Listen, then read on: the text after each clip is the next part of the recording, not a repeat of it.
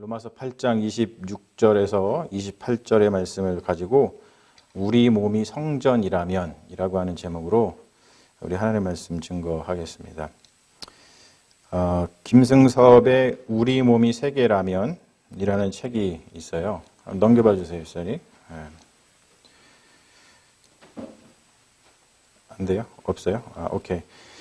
우리 몸이 세계라면 하는 책을 보면 우리 몸이 어떻게 우리가 살고 있는 세계를 반영하는지 보건의학 데이터를 기반으로 예리하게 분석을 하고 있습니다. 그는 이렇게 표현을 하고 있는데요. 그 PPT가 있는데 이렇게 할 수 있으면 저기 가방에 있는데 한번 보시죠. 우리 몸은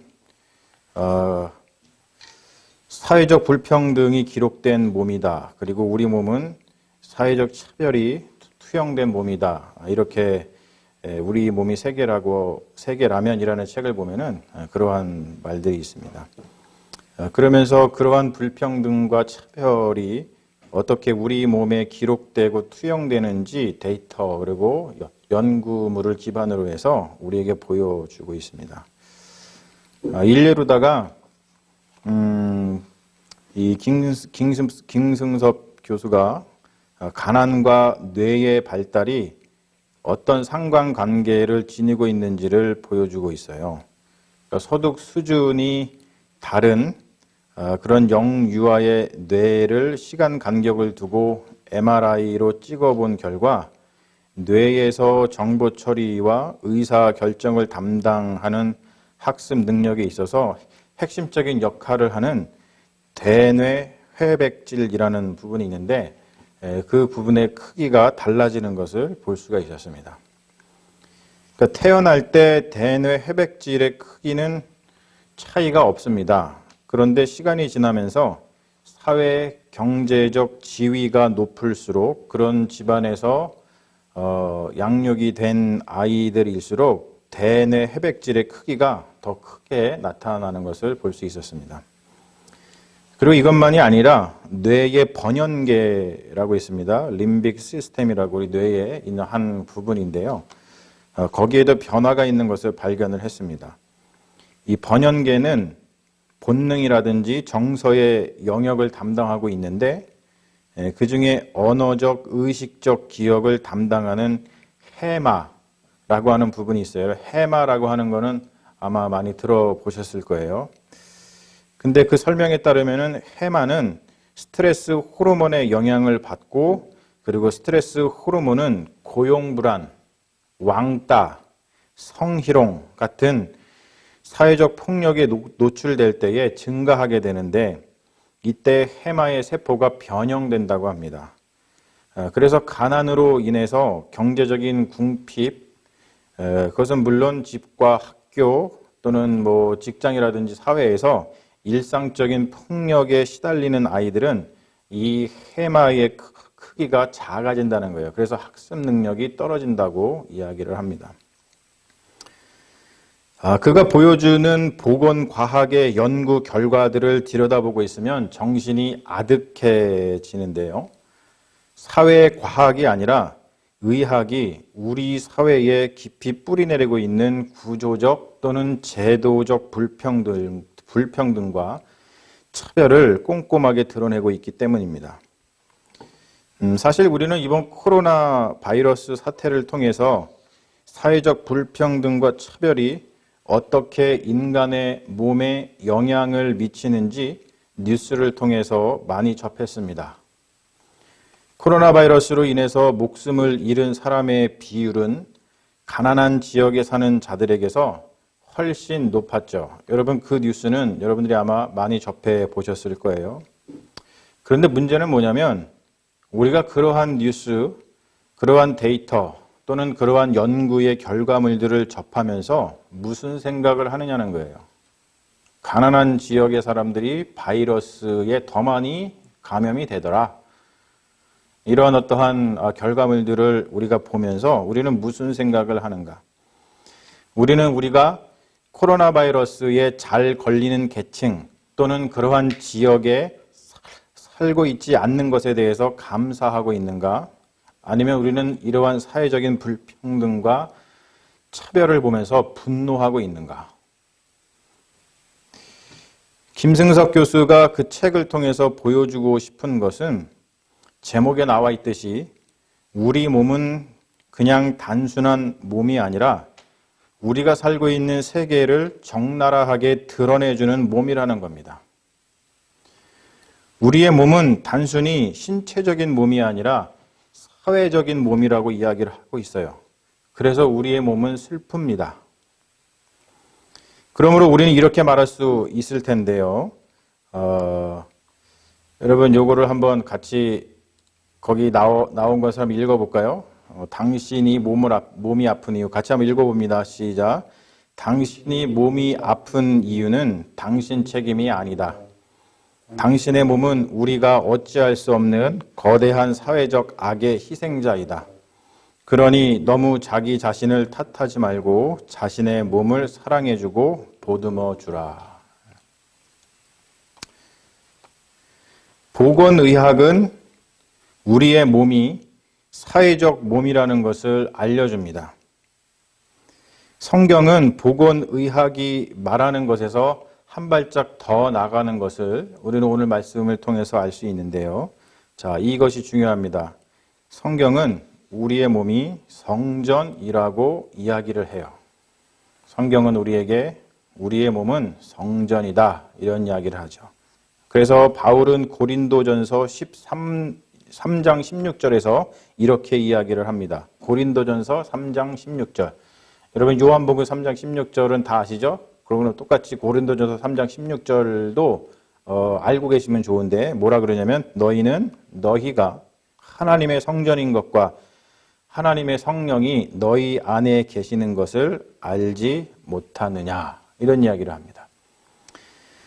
자, 우리의 몸은 사회적 몸을 넘어서 신적인 몸입니다. 우리 몸은 성전이에요. 그래서 여러분 우리의 몸은 거룩합니다. 우리는 우리의 몸이 사회적인 몸이라는 것을 별로 인식하지 못하면서 삽니다.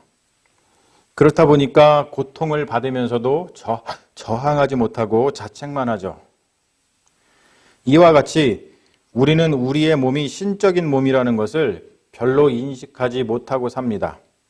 그렇다 보니까 고통을 받으면서도 기도하지 못하고 나 자신만 자책하면서 삽니다. 그래서 우리의 영혼은 슬픕니다. 우리의 몸이 성전이라는 뜻은 우리에게 어떠한 신적인 능력이 주어졌다는 그러한 뜻입니다. 그 신적인 능력이 무엇인지 바울은 오늘 말씀에서 로마서에게 우리에게 가르쳐주고 있는데요. 성령도 우리의 연약함을 도우시나니 우리는 마땅히 기도할 바를 알지 못하나 오직 성령이 말할 수 없는 탄식으로 우리를 위하여 친히 간구하시느니라 라고 말씀을 하고 있어요. 우리 몸이 굉장히 신령한 것을 여러분 알 수 있죠.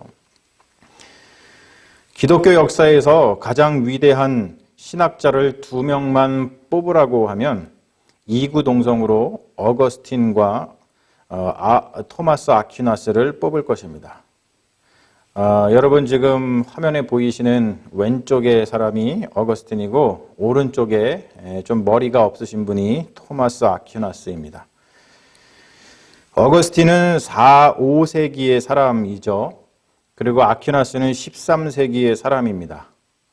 어거스틴은 아퀴나스의 존재를 몰랐지만 아퀴나스는 어거스틴의 사상의 신세를 굉장히 많이 졌습니다. 하지만 둘의 신학적인 방법은 달랐어요.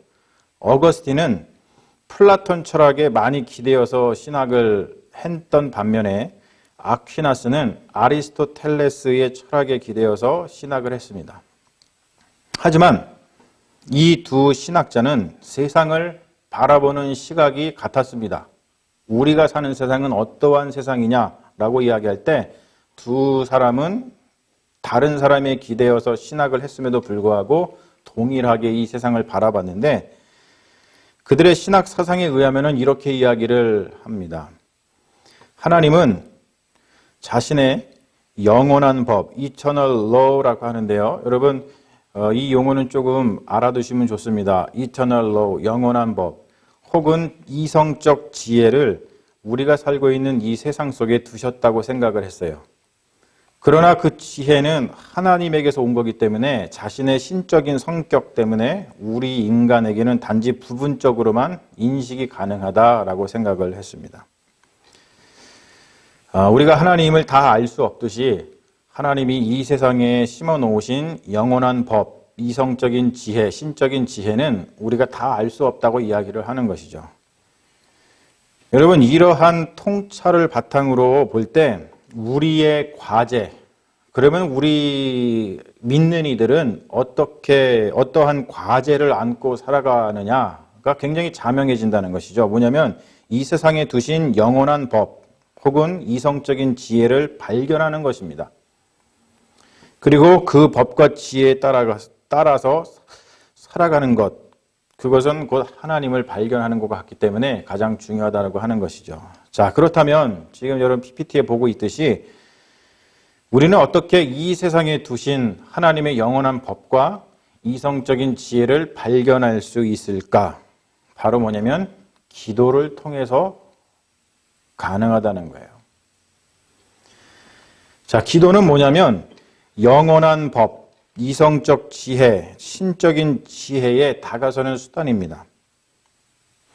우리는 연약합니다, 여러분. 우리는 연약해요. 즉 우리는 하나님의 영원한 법과 지혜를 다 알지 못합니다. 그렇기 때문에 우리는 우리의 삶이 어디로 향하고 있는지 알지 못합니다. 그렇다 보니까 실수도 하고 죄도 짓습니다. 그러나 우리가 그러한 삶 가운데서 기도한다는 것은 성령이 우리를 대신하여 간구할 수 있는 길을 여는 거예요. 그래서 기도가 중요한 거죠. 삶의 모든 것이 영원한 법에, Eternal Law에, 하나님의 법에 닿을 수 있도록 기도를 통해 그 길을 여는 것은 대단히 중요한 일입니다. 이는 기도가 그만큼 중요하다는 뜻이에요. 우리가 잘 아는 예수님의 성전 정화 사건에서 예수님은 성전을 일컬어서 이렇게 이야기를 하시죠. 다 아시죠? 내 집은 만민이 기도하는 집이다, 이렇게 이야기를 하셔요. 내 집은 만민이 기도하는 집이다. 여러분, 그렇습니다. 우리의 몸은 성전입니다. 그리고 성전인 우리의 몸은 예수님이 말씀하신 것처럼 해야 할 일이 뭐냐면 기도라는 거예요. 그런데 우리는 기도를 너무나도 잊고 삽니다. 그래서 우리의 몸은 슬픕니다. 우리의 영혼은 슬픕니다. 기도는 우리의 몸이 성전인 것을 말해주는 표지입니다. 우리는 기도를 통해서 우리의 몸 자체를, 우리의 삶 자체를 하나님 안에 있는 것을 확인하고 즐거워합니다. 그래서 우리는 어떠한 일을 할 때 그 일이 하나님 안에 있기를 소망하고 확신하면서 기도하죠. 어떠한 행위마다 잠시 기도하는 습관을 들이는 것은 매우 중요합니다. 여러분 어떻게 하고 계신지 여러분 자신을 한번 돌아보십시오. 우리가 밥 먹을 때 기도한다는 것은 그 밥 먹는 것이 하나님의 돌보심 안에 있게 만드는 거예요. 아침에 일찍 일어나서 기도하는 것, 우리의 하루가 하나님 안에 있게 하게 하는 겁니다. 우리가 운전하기 전에 기도하는 것, 또는 운전할 때 기도 드리는 것, 일을 시작하기 전에 기도 드리는 것, 또는 일하는 중에 기도 드리는 것, 우리가 어떤 회의, 미팅을 하기 전에, 또는 우리가 하는 비즈니스, 가게 문을 열기 전에 기도 드리는 것은 지금 우리가 하는 일 바로 그것이 하나님의 돌보심 안에 있게 하는 짧지만 매우 강력한 리추얼, 의식, 의례입니다. 여러분, 이러한 일들 뿐만이 아니라 하물며 우리가 죄를 지으려 하기 전에도 기도해야 합니다. 물론 자신의 몸이 성전인 것을 자각하는 사람은 죄를 짓지 않겠지만 우리는 때로 무엇이 죄인지 무엇이 죄가 아닌지 구분하지 못할 때가 있습니다. 그리고 우리가 죄를 지어도 남의 몸을 해치는 상해죄를 짓겠습니까? 그런 극악무도한 죄는 우리가 짓지 않으려 하겠죠. 다만 우리가 기껏 해봐야 어떤 양심을 속이는 그러한 죄를 아마 지으면서 우리는 살아갈 것입니다. 우리의 몸이 하는 모든 것, 일상의 일이든 선한 일이든 때로는 악한 일이든 모든 것이 하나님 안에 있도록 기도하는 일은 매우 중요합니다. 우리의 몸은 그냥 몸이 아니라 성전이기 때문에 그렇습니다.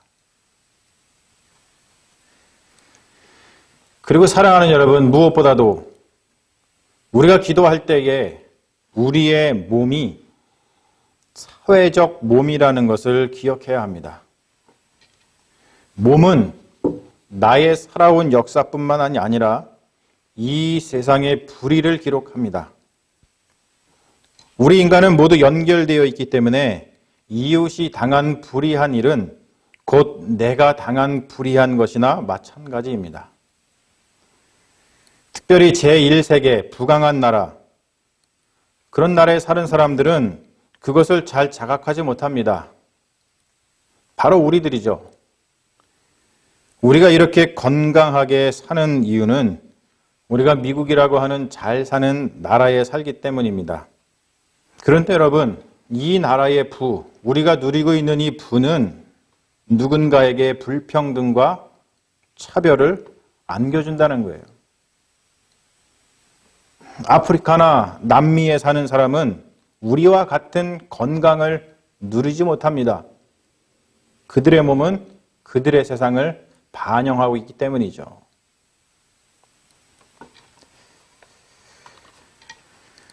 그리스도인과 비그리스도인의 몸이 같을 수 있을까?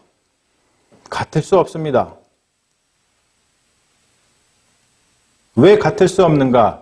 그 다름은 기도에서 나타난다는 것이죠. 물론 그 다름은 차별의 의미가 아니라 깨달음의 의미입니다. 그리스도인은 우리의 몸이 성전인 것을 깨달은 것이고 비그리스도인은 우리의 몸이 성전인 것을 아직 깨닫지 못한 것일 뿐이죠. 그렇다고 그리스도인이 비그리스도인을 비난할 수 없습니다. 우리는 우리의 몸이 성전인 것을 깨달았으므로 비그리스도인이 하지 못하는 기도를 할 뿐입니다. 그래서 여러분, 제가 이걸 준비해 왔는데 그리스도인이 무엇이냐? 여러분은 핵심적인 단어라고 생각을 하는데 한번 보시죠. 자, 같이 한번 읽어볼까요? 시작. 그리스도인은 기도하라고 부르심을 받은 사명자이다. 그리고 그 기도의 핵심적인 내용은 탄식이어야 한다. 여러분 반드시 기억하십시오. 우리 그리스도인은 왜 우리는 그리스도인인가? 우리는 왜 비그리스도인이 아닌가? 그리스도인은 기도하라고 부르심을 받은 사람들입니다. 그런 사명자들입니다. 우리는 기도할 때에 무엇인가를 알고 기도도 하지만 우리는 대부분 무지 가운데 기도합니다. 하지만 괜찮습니다.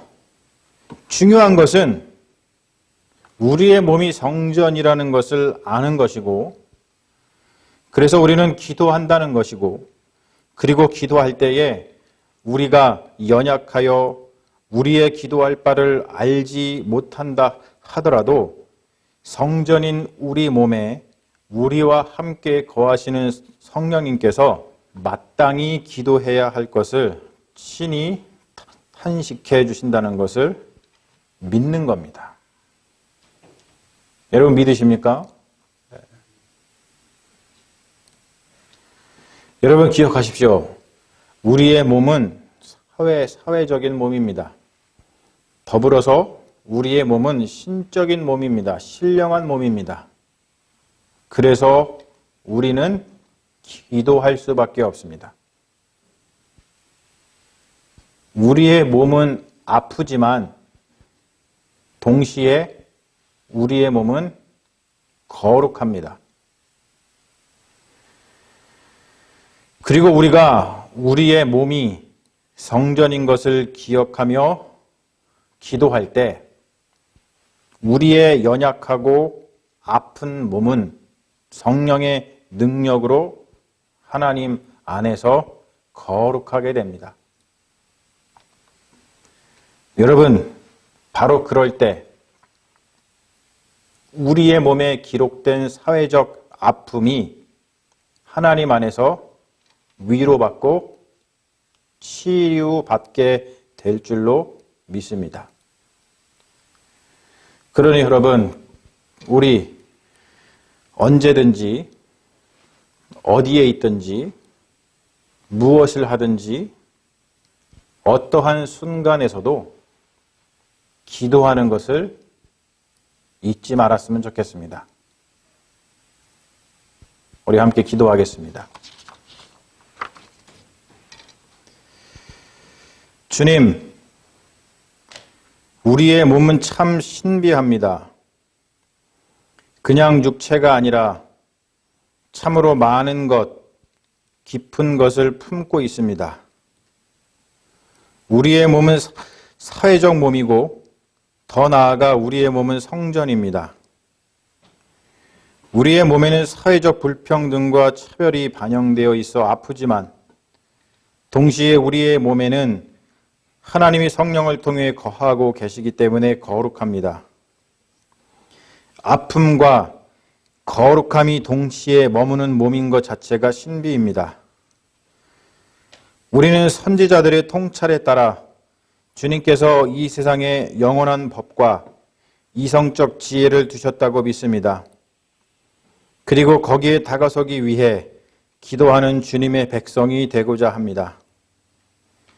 주님, 우리에게 기도를 선물로 주셔서 감사합니다.